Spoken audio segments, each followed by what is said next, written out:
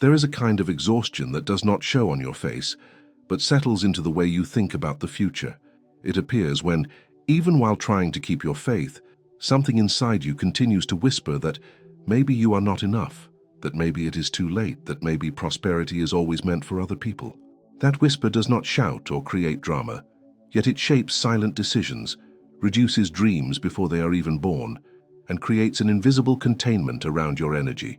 This is how scarcity repeats itself in silence, not only in your bank account, but in the way you see yourself in relation to life. Many people believe scarcity begins outside of them, in circumstances, in the economy, in missed opportunities. Over time, however, it becomes clear that it also settles in as a constant internal state, almost like an emotional habit. You may desire abundance, repeat affirmations, visualize a different life. Yet if your body continues to react to the world as though it is under constant threat, the message you are sending to life becomes contradictory.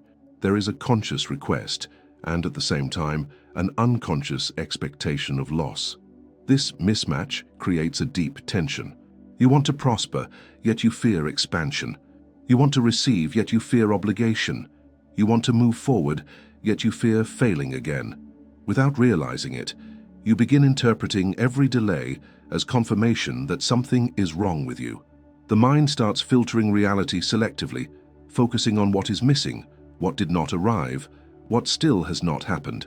This repetition gradually forms an identity built around struggle, as if surviving feels more familiar than flourishing. Silent scarcity is not merely a financial condition, it is an emotional posture, learned through experiences, disappointments, and stories you have carried for years. Perhaps it was subtly taught through phrases you heard in childhood, or reinforced after losses that shook your confidence. Over time, the body memorizes that posture and begins reproducing it automatically, as if trying to protect you from future disappointment. There is also a common misunderstanding when it comes to the law of attraction. It is often reduced to a mental exercise, as though positive thinking alone could reorganize reality. Yet thought without emotional coherence becomes fragmented desire. Quantum prosperity, when understood with maturity, is not mystical fantasy. It is a profound alignment between perception, emotion, and action. It is the moment when what you imagine begins to find real space in the way you decide, react, and position yourself in everyday life. The human mind tends to repeat what feels familiar, even when what is familiar is uncomfortable. The body clings to old emotions as though they are part of your identity. Scarcity stops being an event and becomes a state. You do not notice when you begin expecting less, when you start settling for crumbs, when you hold yourself back from opportunities because you anticipate rejection. All of this happens quietly, without grand announcements. Yet something within you senses that this pattern is not final. There is a restlessness, a subtle awareness that more is available, that life can flow with less resistance. That awareness is the first sign that repetition can be interrupted, not through force or denial of pain, but through a gradual shift in the way you observe, interpret, and choose to act. Throughout this process, it becomes necessary to see scarcity not as an enemy, but as an old protective strategy that no longer needs to govern your decisions. Prosperity does not begin with money. It begins with the inner permission to exist without shrinking. When that permission is cultivated, energy shifts in subtle ways, and what once seemed distant begins to reorganize itself with greater naturalness. There is a subtle weight that settles into a person long before it shows up in numbers or circumstances. It can be felt in the hesitation before saying yes to an opportunity, in the quiet contraction of the chest when someone else succeeds, in the way the mind automatically prepares for disappointment even in moments of possibility. Scarcity rarely begins as a dramatic collapse. It often begins as a quiet expectation that something will go wrong, that something will be taken away, that expansion is temporary and loss is inevitable. Over time, that expectation becomes familiar. The body learns it. The nervous system memorizes the rhythm of tension. Even when life offers evidence of support, the internal posture remains guarded.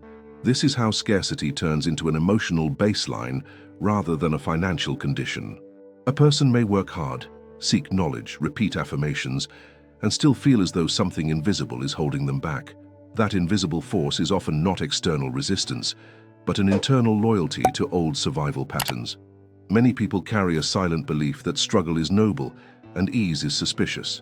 Somewhere along the way, effort became equated with worthiness, and rest became associated with laziness or risk.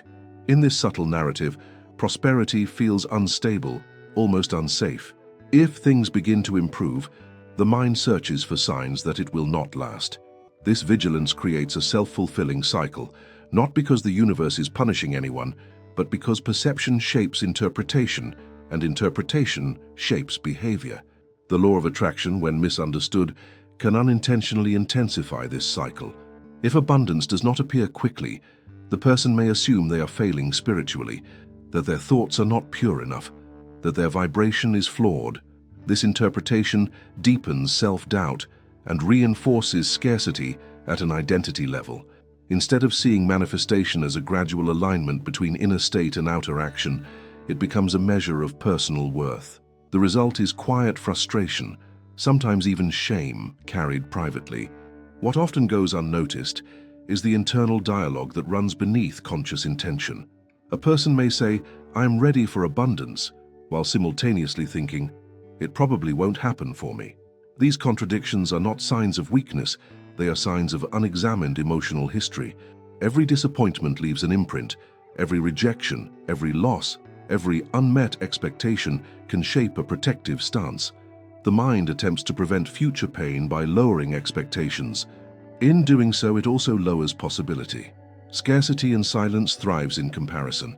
It grows when someone measures their timeline against another's success, when they interpret someone else's breakthrough as evidence of their own delay. The mind begins to narrate a story of being behind, of missing the right moment, of lacking some essential quality. This story feels personal, yet it is often built from accumulated impressions rather than objective truth. Over time, the body reacts to this narrative as if it were reality, reinforcing tension and urgency. Prosperity, in contrast, begins with a different internal orientation. It does not deny difficulty or ignore practical responsibilities. Instead, it introduces coherence between thought, emotion, and action. When a person starts observing their internal responses without immediate judgment, a subtle shift occurs. Awareness interrupts repetition. Instead of automatically assuming lack, there is a pause. Instead of anticipating loss, there is curiosity about alternative outcomes. This pause is small, almost invisible, but it changes the trajectory of perception. Quantum prosperity is not about magical thinking. It is about consistent alignment. It is the gradual retraining of attention, the softening of defensive reflexes, and the willingness to see oneself as capable of receiving without bracing for collapse. As this alignment deepens, decisions begin to reflect a different self-image. Opportunities are approached with steadier presence. Conversations carry less hidden fear. Financial choices are made from clarity rather than panic. In this way, scarcity stops being an inherited script and becomes a pattern that can be gently rewritten. The silence that once carried doubt begins to hold possibility instead. Not because circumstances instantly transform, but because the internal atmosphere shifts. And when the internal atmosphere changes, the outer world responds in ways that feel less forced and more aligned with who you are becoming. There is a moment in every inner transformation when the surface narrative is no longer convincing. You may still say that you want abundance, that you believe in expansion, that you trust the process, yet something deeper feels unconvinced. That deeper layer is not intellectual. It lives in the body, in the tightening of the stomach before paying a bill, in the subtle envy when someone else announces progress, in the restless scanning for what might go wrong next. This is where scarcity becomes embodied, rather than conceptual. The body does not respond to words as much as it responds to repetition.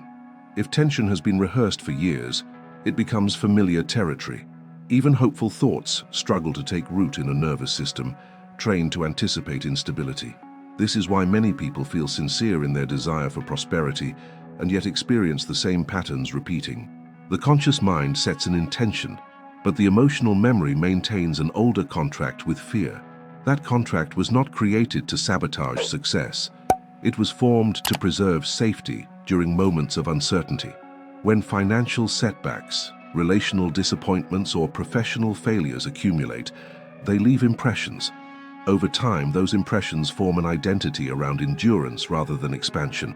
A person begins to see themselves as someone who survives, adapts and manages, but not necessarily someone who thrives. This identity is subtle. It does not announce itself loudly. It shows up in cautious choices, in reluctance to invest in oneself, in postponing opportunities until conditions feel perfect. Yet perfection never arrives, because the internal bar keeps shifting. In many spiritual conversations, manifestation is portrayed as a matter of belief alone. However, belief without emotional recalibration becomes fragile. A single setback can collapse it. Emotional recalibration, by contrast, requires patience. It involves noticing how quickly the mind returns to worst-case scenarios, how easily the body contracts around uncertainty. Instead of condemning these reactions, awareness begins to observe them with steadiness.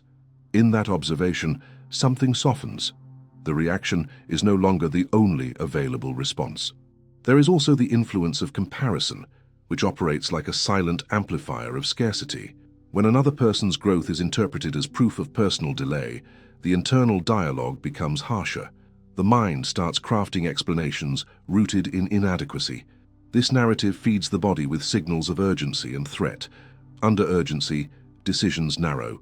Creativity diminishes. The capacity to perceive opportunity shrinks. Scarcity, then, is not only about lacking resources, but about losing access to possibility within perception itself. Quantum prosperity requires a different orientation toward time and self-worth. It recognizes that growth is not linear and that alignment cannot be forced. When someone begins to detach their value from immediate outcomes, a quiet dignity emerges. This dignity does not depend on external validation. It rests in the recognition that worthiness is not earned through struggle alone. From this place, actions begin to reflect trust rather than desperation. The shift is gradual. It may begin with noticing how often internal language revolves around limitation. It may continue with small moments of choosing not to indulge catastrophic thinking. These moments accumulate. The nervous system slowly learns that uncertainty does not always lead to collapse.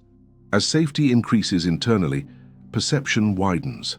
Opportunities that once felt intimidating begin to feel accessible. Conversations that once triggered insecurity begin to feel neutral or even empowering. Alignment with the law of attraction becomes more grounded through this process. Instead of attempting to override fear with forced positivity, there is an integration of emotion and intention. Desire is allowed to exist without being pressured into immediate manifestation. Action arises from clarity rather than panic. In this coherence, energy stabilizes. The request for abundance is no longer contradicted by an undercurrent of doubt. It becomes a natural extension of a self that feels increasingly at home with expansion. Scarcity loses its grip not through confrontation, but through gradual disuse. When the internal environment no longer feeds it with constant anticipation of lack, it begins to dissolve. What remains is a quieter mind, a steadier body, and a growing capacity to see life as collaborative rather than adversarial. In that collaboration, prosperity feels less like a distant miracle and more like a reflection of an inner atmosphere that has learned how to remain open. There comes a phase in inner transformation when awareness begins to illuminate patterns that once operated unnoticed. It is not dramatic. It does not arrive with thunder or revelation. Instead, it unfolds quietly, like dawn slowly revealing the shapes that were always present in the dark. In this light, scarcity is no longer seen as fate, but as repetition. And repetition, once seen clearly, can begin to soften. Scarcity often survives through subtle inner agreements. Agreements that say security only comes through constant vigilance. Agreements that suggest ease must be earned through exhaustion. Agreements that equate self-worth with productivity and rest with vulnerability. These agreements may have formed during moments when uncertainty felt overwhelming. At the time, they served a purpose. They created structure in chaos.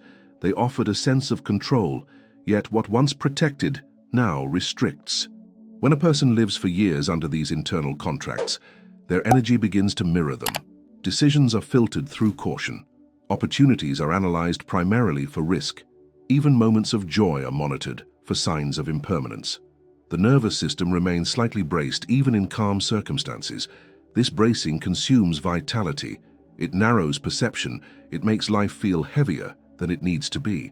The protocol of mental shifts does not begin with forceful optimism. It begins with recognition. Recognition of how often the mind anticipates lack before abundance. Recognition of how frequently the body tightens around possibility. In that recognition, a space opens. Within that space, a new response becomes available. Not a denial of fear, but a reorientation toward it. Fear is acknowledged as an echo of previous experiences rather than a prophecy of future outcomes. As this awareness deepens, internal language begins to evolve. Instead of narrating life through the lens of limitation, there is a gradual curiosity about alternatives. What if delay is not rejection? What if uncertainty is not punishment? What if expansion requires patience rather than urgency? These reframes are not superficial affirmations. They are subtle recalibrations of perception. Over time, perception influences emotional state, and emotional state influences action. Prosperity is often imagined as a sudden shift in external conditions, yet it frequently begins as a change in internal rhythm. The rhythm of thought slows, the need to compare diminishes, the urgency to prove oneself softens. In this quieter internal environment, creativity resurfaces. Solutions appear less forced, conversations carry less hidden tension, financial decisions begin to reflect steadiness instead of anxiety. The outer world may not transform overnight, but the way it is experienced changes profoundly.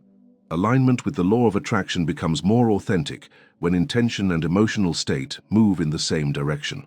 When someone desires abundance but feels fundamentally unworthy, the internal contradiction generates friction. When worthiness is gradually restored, desire feels cleaner. It no longer carries the weight of desperation. It becomes a natural expression of growth. From this state, actions emerge that support expansion rather than sabotage it. There is also a quiet dignity in allowing transformation to unfold without spectacle. Growth does not need to be announced to be real. It can occur in the privacy of thought, in the gentle correction of internal narratives, in the decision to respond differently to familiar triggers.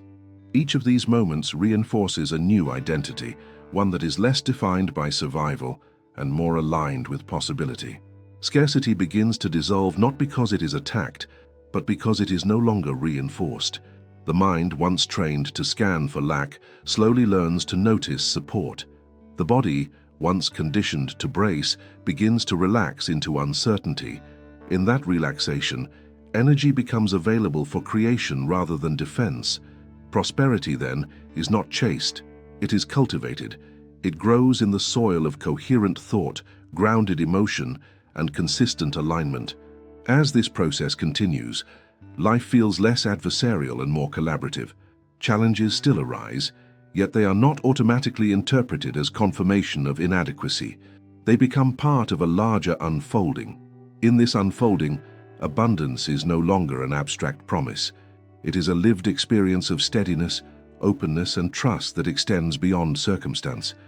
At a certain depth of self-observation, something becomes undeniably clear. Scarcity is not sustained only by circumstance, but by interpretation. Two people can walk through the same season of delay, and one experiences it as preparation, while the other experiences it as rejection. The external event may be similar, yet the internal meaning assigned to it shapes emotional climate, and emotional climate shapes behavior. Over time, that behavior builds a life that reflects the dominant interpretation. The mind is constantly assigning meaning. It does so quickly, often below conscious awareness. When an opportunity does not unfold as expected, the meaning may immediately lean toward inadequacy. When money leaves more quickly than it arrives, the meaning may lean toward fear. These meanings accumulate and begin to form a lens. Through this lens, even neutral events start to look like confirmation of limitation. This is how scarcity solidifies into a worldview rather than remaining a temporary phase. The protocol of mental shifts requires a refinement of perception, not a denial of facts, but a deeper inquiry into the narratives attached to them. When a setback occurs, the initial emotional reaction is natural. Disappointment, frustration, even doubt can surface. The difference lies in whether these emotions are allowed to define identity. If disappointment becomes proof of unworthiness, scarcity tightens. If disappointment is recognized as part of growth, space remains for possibility. This shift is subtle and gradual. It may begin in moments that seem insignificant. A delayed response is no longer immediately interpreted as rejection. A financial fluctuation is not automatically seen as collapse. Instead, there is a pause, a widening of interpretation. Within that widening, the nervous system experiences less threat. When the body feels less threatened, clarity increases. Decisions made from clarity tend to carry more coherence and less reactivity. Coherence is a quiet force in manifestation. It is the alignment between what is desired and how one feels about deserving it. When desire and self-perception conflict, energy disperses. When they align, energy concentrates. This concentration does not require intensity, it requires consistency. Small daily adjustments in thought and emotional regulation gradually create a stable internal environment. From this stability, actions begin to reflect confidence rather than fear. There is also a relationship between time and trust. Scarcity often thrives in urgency. It whispers that if results do not appear quickly, they will never appear. This urgency can lead to impulsive decisions, overextension, or withdrawal. In contrast, prosperity grows in patience. Not passive waiting, but steady engagement without panic. Patience communicates to the body that the future is not an immediate threat. It allows space for thoughtful strategy rather than reactive movement. Alignment with the law of attraction deepens when time is no longer treated as an adversary. Instead of demanding immediate evidence, there is an understanding that internal transformation precedes external reorganization. The inner world stabilizes first. Emotional resilience strengthens. Self-trust rebuilds. From that foundation, external changes feel less chaotic and more integrated. There is a quiet empowerment in recognizing that interpretation can evolve. Circumstances may not always be controllable, but perception is trainable. Each time a limiting narrative is gently questioned, the mind becomes less rigid. Each time fear is met with steadiness rather than self-criticism, the body learns safety. These repetitions accumulate, forming a new baseline. Scarcity, once embedded in silence, begins to lose authority. It no longer dictates identity. It becomes a pattern observed rather than a truth obeyed. In its place emerges a more spacious awareness, one that allows both realism and hope to coexist. Within this spaciousness, prosperity is not forced into existence. It is invited through alignment, coherence, and a steady recalibration of meaning. Over time, this recalibration transforms not only financial outcomes, but the entire experience of being alive within one's own unfolding story. There is a quiet transformation that happens when scarcity is no longer treated as destiny, but as a pattern that once served a purpose and can now be released. Throughout this journey, the shift was never about forcing positivity or denying difficulty. It was about recognizing the subtle agreements you made with fear, the internal narratives that shaped perception, and the emotional reflexes that kept repeating the same outcomes. When those patterns are brought into awareness, they begin to loosen their grip. Prosperity, in its deepest sense, is not merely financial expansion.